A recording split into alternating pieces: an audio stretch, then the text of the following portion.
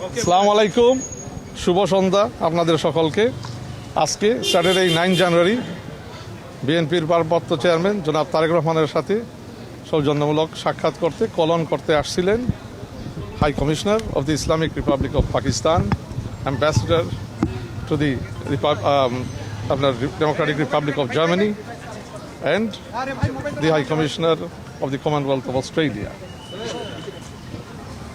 বৈঠকগুলোতে কিভাবে দ্বিপাক্ষিক সম্পর্ক জোরদার করা যায়, স্ট্রেংথেন করা যায়, potentially BNP government, an elected BNP government, how it intends to strengthen relations, bilateral relations with the countries and with the governments that the High Commissioners and Ambassadors represented this evening.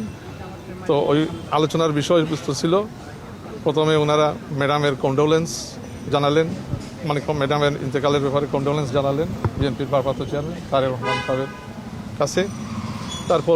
তারপরে কিভাবে মানে কিছু exchange করলেন, মতামত, views, চেয়ারম্যানের development plan নিয়ে, বিএনপির development plan নিয়ে কথাবার্তা হয়েছে, কীভাবে trade, investment, cooperation, people to people cooperation বাড়ানো যায়। তো এইগুলো নিয়েই আলাপ হয়েছে।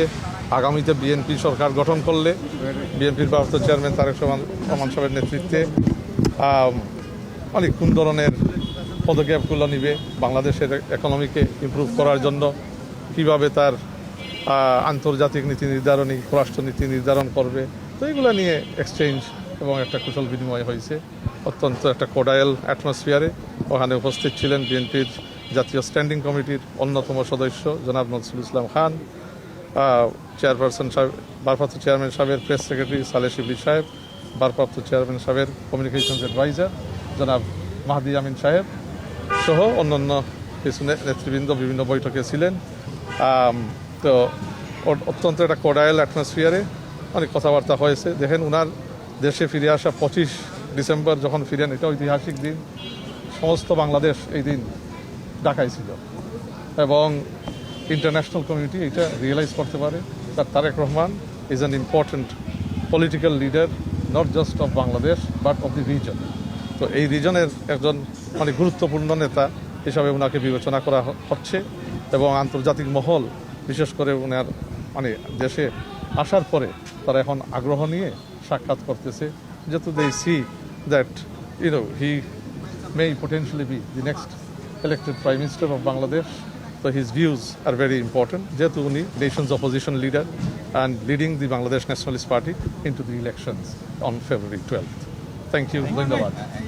স্থায়ী কমিটির বৈঠকে কি রেগুলারই মোটামুটি সিরিজ বৈঠক হচ্ছে বিভিন্ন কূটনৈতিক বিষয়ের সঙ্গে।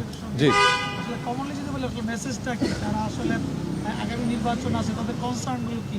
তাদের কনসার্ন না, তারা আগ্রহ নিয়ে আসতেছে ওনার সাথে কুশল বিনিময় করতে। ওনাকে একজন প্রধান রাজনৈতিক নেতা হিসেবে দেখতেছে এখন, শুধু বাংলাদেশের না, বললাম তো এশিয়া প্যাসিফিকে এখন he is a very important prominent leader.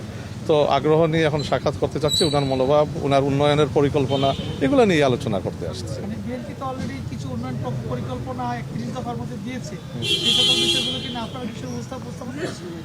হ্যাঁ, 31 দফার বিভিন্ন বিষয় নিয়ে আলাপ আলোচনা হয়েছে। ওই উন্নয়নমূলক পরিকল্পনা বিএনপি আগামীতে সরকার গঠন করলে কি কি পদক্ষেপ নিবে, কোন জিনিস, কোন পলিসি প্রায়োরিটি দিবে এবং কিভাবে দ্বিপাক্ষিক সম্পর্ক গড়বে।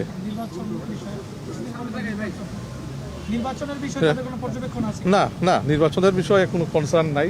তারা মানে অ্যান্টিসিপেশন মানে they are waiting in excitement to see the first democratic elections. 17 বছর পরে এই দেশে গণতান্ত্রিক ইলেকশন হবে, তো এটার জন্য অপেক্ষায় আছে। যেভাবে বাংলাদেশের মানুষ আগ্রহ নিয়ে অপেক্ষায় আছে, তারও আছে আগ্রহ। আজকে তো স্থায়ী কমিটির বৈঠক আছে, বৈঠকে কি এই ধরনের এজেন্ডা আছে বা এই বিষয়ে কিছু বা আমরা জানতে পেরেছি যে তারেক রহমানকে আজকে আনুষ্ঠানিকভাবে বিএনপির চেয়ারপারসনের দায়িত্ব দেওয়া হতে পারে।